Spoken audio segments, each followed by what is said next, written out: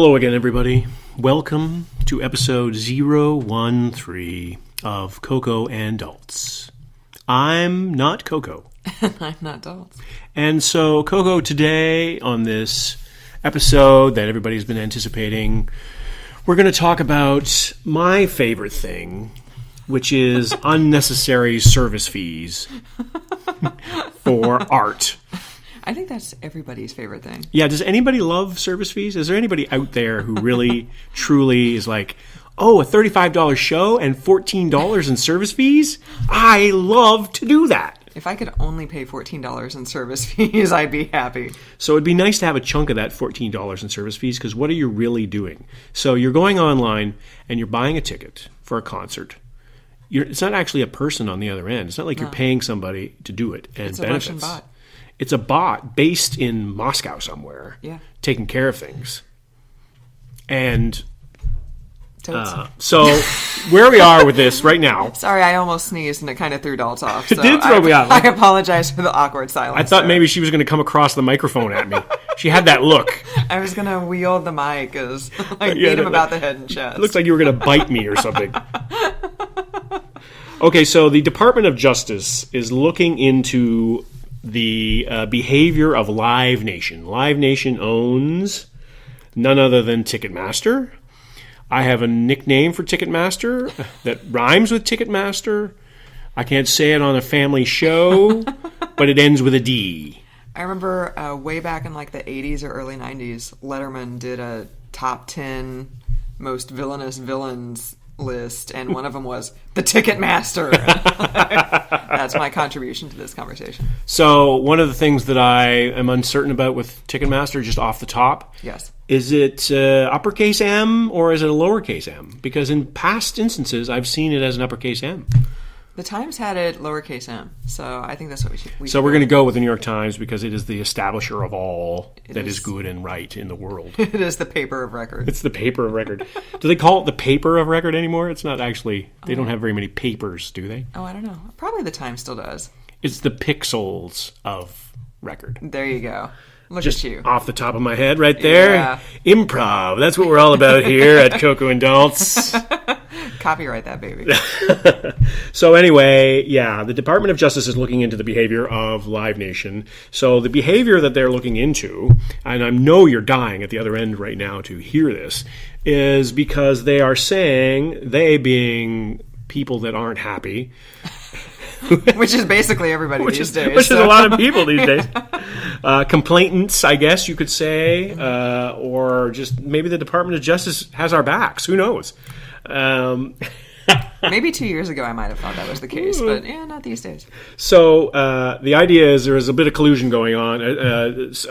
Let's say accusations of collusion that Ticketmaster sells the tickets, Live Nation operates the venues and operates the promotions. And so there's the implied threat that if you don't book the Live Nation artists in the Live Nation venues and use Ticketmaster to sell those tickets, then you're not going to get the Live Nation artists. So U2, Miley Cyrus, big names in between. Everybody, there's a lot of artists that are belonging to Live Nation, that are managed by Live Nation through their promotion arm. And there were several examples in the Times story about managers of venues going with other non-Ticketmaster ticket selling services, and subsequently last year they had 4 Live Nation acts booked, and this year they only have 2. Exactly. So. And one of the tipping points for all this was AEG also has many venues, including in LA. And so there was talk that in LA they have the Staples Center, they have O2 Arena in London. So there was talk that if these arenas didn't use Ticketmaster, then they would not get the Live Nation artists. So U2 would not play in the Staples Center. U2 would not play in the O2 Arena in London, etc. So the Justice Department, because they have our backs at the Justice Department, us concert goers, because that's a good demographic for them, They're looking into it. Not oppressed peoples, not not voter suppression or anything. But... So you got to think, as a tangent to that, there's probably a lot of rich white people going to concerts. That is true. The rich white people are the only people who can afford to go to concerts. So that's why the Department of Justice is looking into this. I think we've just hit the nail on the head. Right. So we're here today to talk about this issue. Coco, what are your thoughts? Well, ticket prices are out of control. Yes, they are. We are looking to go see a Lord Huron show in St. Louis in September, and Ticketmaster claimed that our prices were going to be $33 to $38, but then when I actually went on the website, if we wanted to stand, which we're old, so we don't want to do that. I don't think my knees can handle it. Then it would be like about a $35 ticket, but if we wanted seats, it would be like $135. And no offense to Lord Huron, I like Lord Huron, but it's Lord Huron. It's not U2 or Kanye or another huge name. It's Lord Huron, and artists should get money, but and they did the double dip on us too, because not the double dip, but the bait and switch. I knew it was some sort of and whereas we searched the tickets and it said $35 to $38. Right. And I'm down with that. I could pay that. Right. That's a good price for a concert for a band that I want to go see. Right, because a $38 ticket is still, by the time you pay all the service charges, like $60. Right. So I could live with that. That's on the threshold of living with it. Mm-hmm. But then when you get on the site, like you said, and then we're looking at more than $100, then you're looking at drinks. We're probably going to have a drink or two. So that'd be $20 because drinks are outrageously priced at those kinds of things. Right. And then maybe parking. Mm-hmm. And not to mention my time and my effort and traffic and gas money, etc. Yeah, $135 ticket is $160 at least with all the service charges, and that's just for the ticket. Who has that kind of coin to go to a Lord Huron show? So for the two of us, it's $300. That is cray. Before anything else. That is totes cray. That's like what I would pay for you too, to be up in the bleeders for one ticket. So I remember years ago, this would have been 2010, I purchased tickets to go see Disturbed because they were coming to our area arena. You went to go see Disturbed? Wait a minute. Okay. There's more. The tickets were $475 each. What? So at the time, it seemed like a good idea. This was before The Sound of Silence. The cover that they did when before they became huge, big deal, big as they are now. And luckily for the pocketbook, the lead singer's throat malfunctioned, and they did not do that show. And so I got the money back minus the service fees. Oh, of course. So $475. I think I got $420 back. Let's say something like that. So it's not remotely worth it. So. There's another situation where service fee so it essentially is double dipping on the service fee. So your service fee for buying the ticket and then a service fee for giving me back my money. Right. And the whole time so not only do I not have that $475, I'm also not making interest on that $475. So these are more ways in which the cartel that is the ticket buying function in the business world, that's what they do to you. Now, I was looking at the stats here. We are looking at 80 of 100 of the top. So the top 100 venues in the country, 80 are operated by Live Nation. Oh, wow. So 80%, look at that math. Look at that quick math that I did there, 80 out of 100. That represents Live Nation only. So you're looking at all the other promoters, ticketers, etc. are scrambling for the other 20. The scraps, yeah. And also competing for the 80 too, because they wouldn't be doing good business sense if they weren't trying to get in on those top 80 markets. Didn't Pearl Jam try back in the 90s or the early aughts to not use Ticketmaster? Yeah, and that didn't turn out very well. They had good spirit because I noticed that I don't know if it's Ticketmaster because I don't think they would go back to that, but I noticed that Pearl Jam is being promoted by some of the main operators now. And while you fill time, I'm going to look it up and see who's selling their tickets. Because we were talking about this yesterday, like, obviously not a huge, well, I don't know, maybe a huge band like U2 could just sell their tickets directly to the public, just work, like maybe not at Gillette Stadium where the Patriots play, right. But if they're playing the Blue Note in Columbia, Missouri, where you're looking at maybe 500 tickets sold, why not just call the venue up and be like, yo, let's work out a deal. Yeah. Like, let's cut the middleman completely out. Like, that would take away a lot of your potential profit if you're playing the Blue Note and not Gillette. But well, and as we discussed previously off air, that's the way they used to do it, right? That's the way that's why you had a tour manager. A tour manager would get hooked up with the venues and call them up and set up a tour so that the band would progress from one city to the next. They won't be flying across the country, but it would be a logical progression from east to west, let's say, or north to south. And that's the way they used to do it. And the tour managers and the promoters and the venues would work together. Now it just seems like it's who's got the most money. Let's cash it in. So what did you discover about Pearl Jam when I talked about the Blue Note? Shout out to the Blue Note in Columbia. You're awesome. I've seen lots of acts there. Holla. Okay, the Jam, you can get their tickets on StubHub. Oh. You can get their tickets on Vivid Seats. You can get their tickets on Ace Ticket. You can get their tickets on Box Office Ticket. And Viagogo.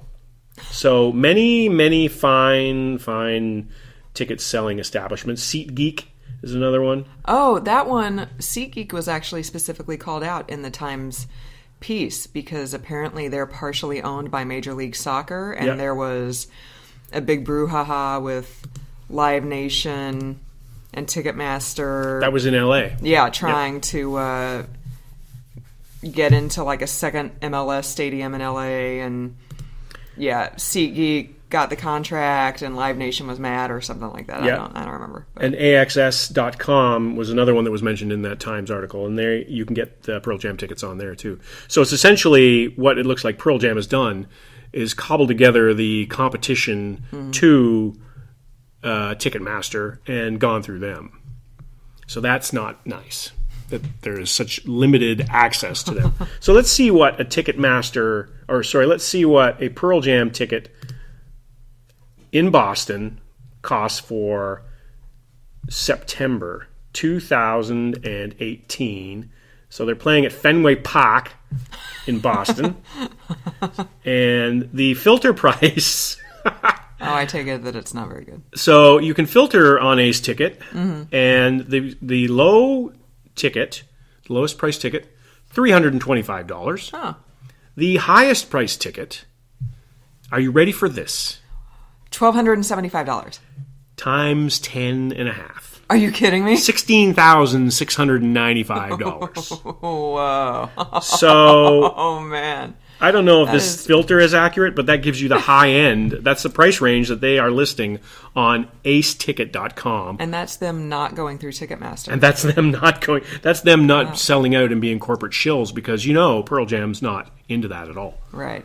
But that must be some sort of VIP package where you get to sit backstage with the band while they talk about the Cubs or something like that. Well, that's the thing. If I'd pay $500 for a U2 ticket if my seats were front row center and Bono was going to sweat on me during the show. And then we also got like a meet and greet beforehand, and we got to get our pictures taken with Larry Mullen. But not $17,000. But not $17,000. I'm not paying that. Like, I got to be in on the songwriting process. Right. To get $17,000. I got to have my picture's got to be on the album cover. For me to pay $17,000 to see somebody.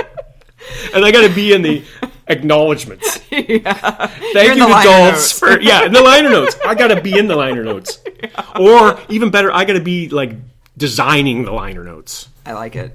One of the things in the lead of the Times article was when the DOJ approved the Live Nation Ticketmaster merger, the rationale was that it would be good. It would be good because maybe ticket prices would actually go down now that Live Nation and Ticketmaster are working together, and there would be like a cap on surcharges because it wouldn't be two separate companies charging surcharges. It would just be one, and that has turned out really not to be the case at all.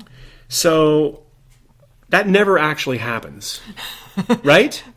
I work in various gyms and yoga studios because my day job is as a yoga instructor. And at one of my facilities this year, as of January 1st, our prices went up. Only 2%, but they still went up after years of not going up. And people were like, what do you mean prices went up? And I'm like, prices always go up. Especially, when do prices ever go down? They don't. Especially when you're merging or allowing an industry to consolidate. So that's part of the reason that they're looking at the AT&T Time Warner deal. Right, and ESPN and 20th Century Fox. And ESPN and 20th Century Fox. It's like, how is consolidating so you have fewer players in the industry? Right. How is that good for the consumer? How could that possibly be good for the consumer? Right. It's like we have like all the antitrust laws to bust up all the monoliths. For a reason. And now we're swinging back the other way, and now we're going to get ESPN Century Fox, and suddenly nobody's going to be able to go to a Marvel movie anymore.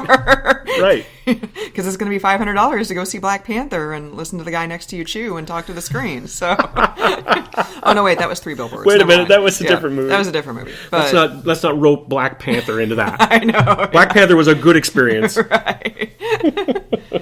But yeah, like, do we learn nothing from history?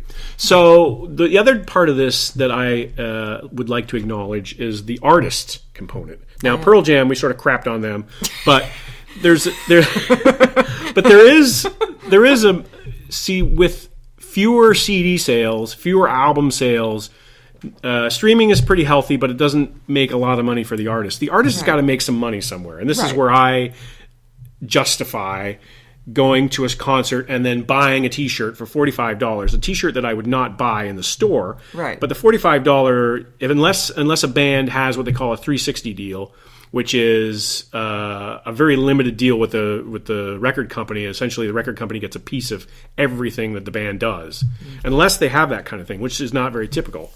If a band does not have a 360 deal, then that means that the band gets, usually in their contract, they get 100% of profits from merchandise. They get 100% of merchandise sold from their personal band website, that kind of thing. So there's a slice of pie there where the band does make some money.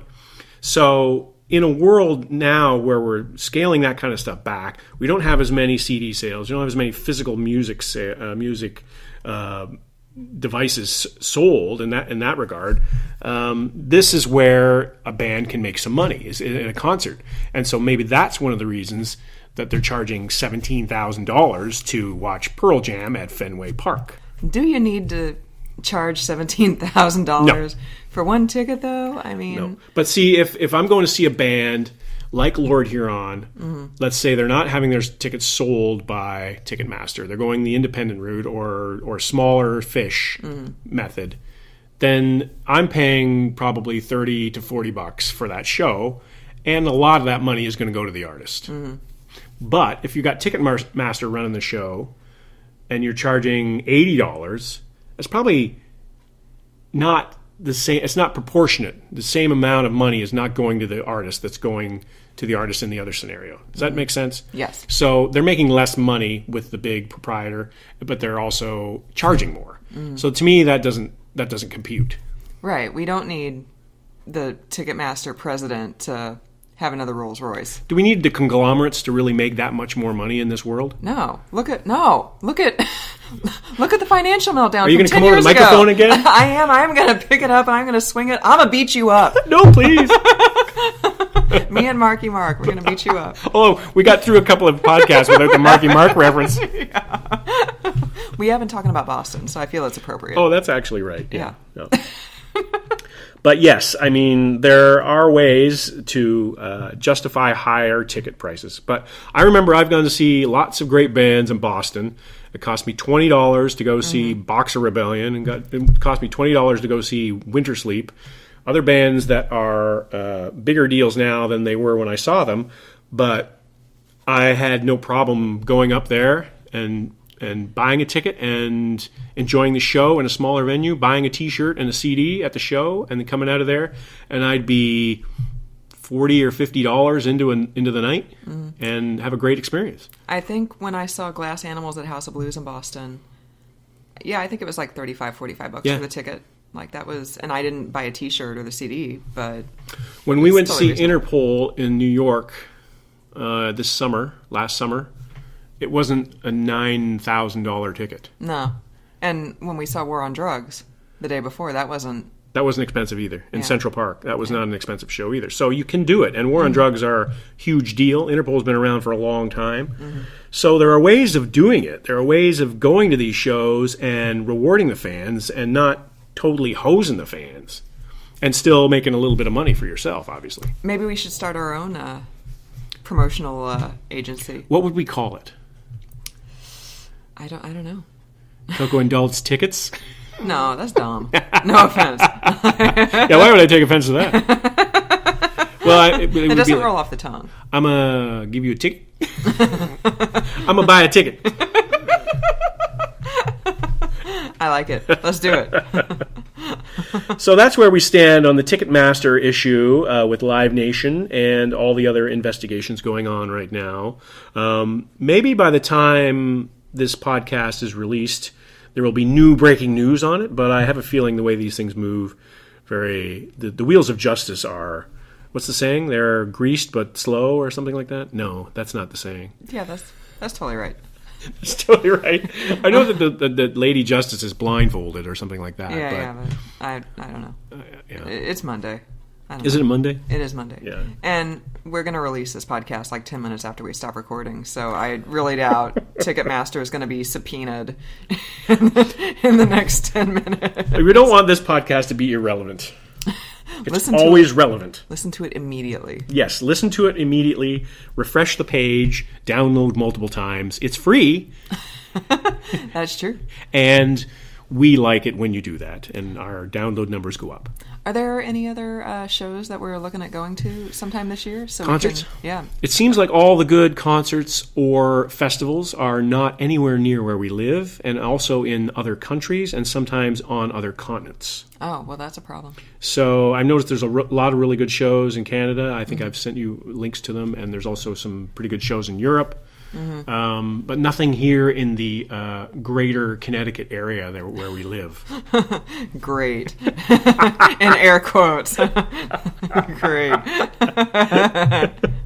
Well, maybe, they can't rely on the weather. That's why they don't have concerts here. Maybe there's something in Montreal to coincide with the Poutine Festival that we could go see this summer. Who would be a good band to play the Poutine Festival? Bare Naked Ladies. Bare Naked Ladies, yeah. Yeah, I mean, they are going on tour this summer because yes, they are. They're coming to Mohegan when I believe you're in Canada. So yes. God, that's unfortunate. They put on a really good show. I enjoy their shows. They were good. I watched the Junos induction. They were inducted into the Canadian Rock and Roll Hall of Fame. Yes, there is such a thing. And they were really good. And Stephen Page came back from wherever he has been, some sort of I don't know, trailer park in Syracuse. I was trying to think of something not that, but I mean, that's where he got arrested. So yeah, Syracuse. So they all got together and they sang "If I Had $1 Million." And I found an interesting thing out about them through you. What's that? Is that I did not know they did the song for The Big Bang Theory. Yeah.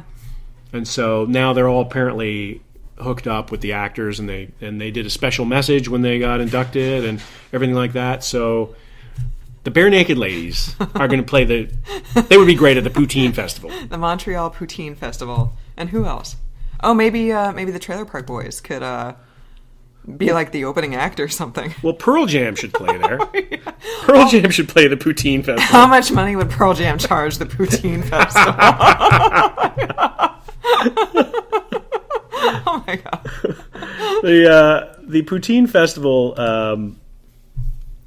So backing up, Pearl Jam. Pearl Jam is actually named after a confection. So it's somebody's aunt in the band. It might have been Eddie Vedder. Has an aunt named Pearl, and she made jam. Is that really true? Or I don't know. Is that an urban legend? Maybe. Well, now you made me question it. But the Poutine Fest, by the way, is June 23rd, but it's in Manchester, New Hampshire. What? That's not right. That's not the right one. That's totally not right.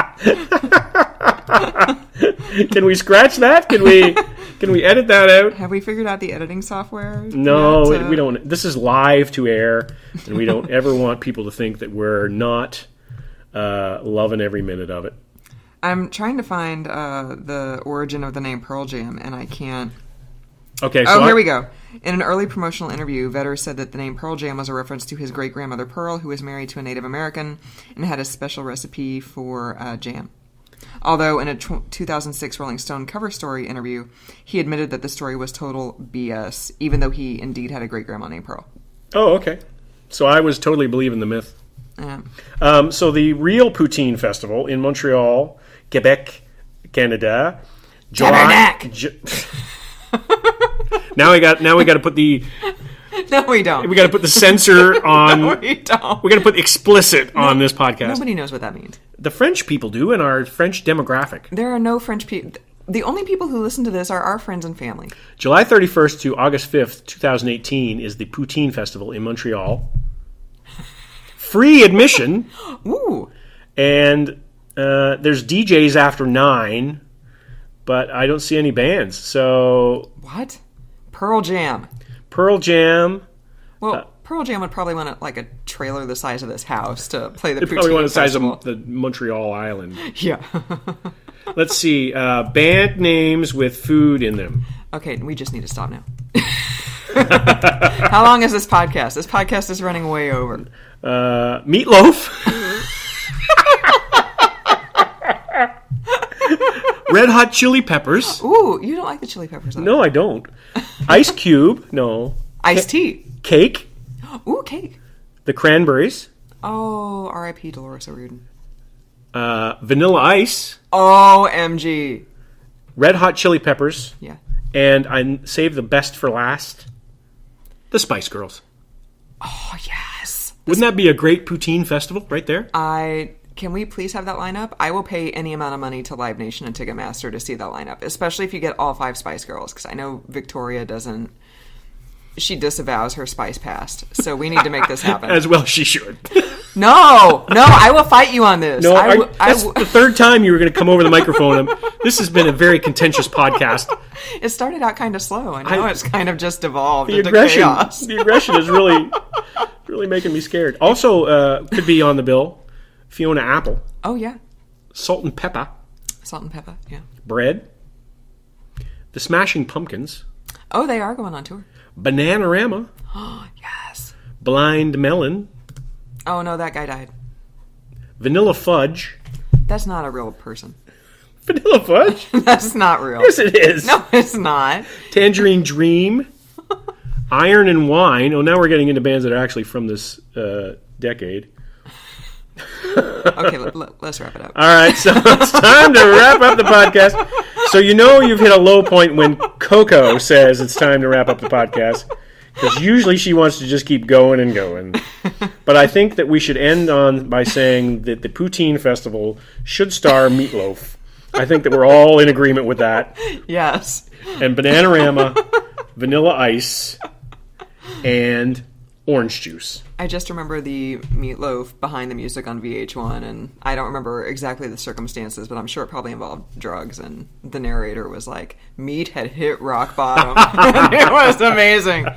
If my friend quarterback Steve Young is listening to this podcast, he will well remember meat had hit rock bottom. So my Meatloaf, whenever I think Meatloaf now, I mean, obviously I was in grade 8 when Dashboard, what was it? Paradise by the Dashboard Light. It was the last song they played every night. And I never had a date, so I was always standing at the sides, looking at people. You did not. Shut up. So anyway, but when I think of Meatloaf now in a modern context, Fight Club. Which, okay, I haven't seen Fight Club since it came out, so he was the man with the boobs in Fight Club. Well, he's always had the moobs, though. No, we're going down a rabbit hole. We can't talk about Meat's moobs, okay? Let's just stop. So what do you think? What do you think the display text is going to be for this episode? Meat's moobs. We cover everything from. Okay, we got to go, people. Thanks again for listening. If you made it this far, and we apologize profusely. Profanely. We haven't been drinking. For another week, I'm not Coco. And I'm not Dalt.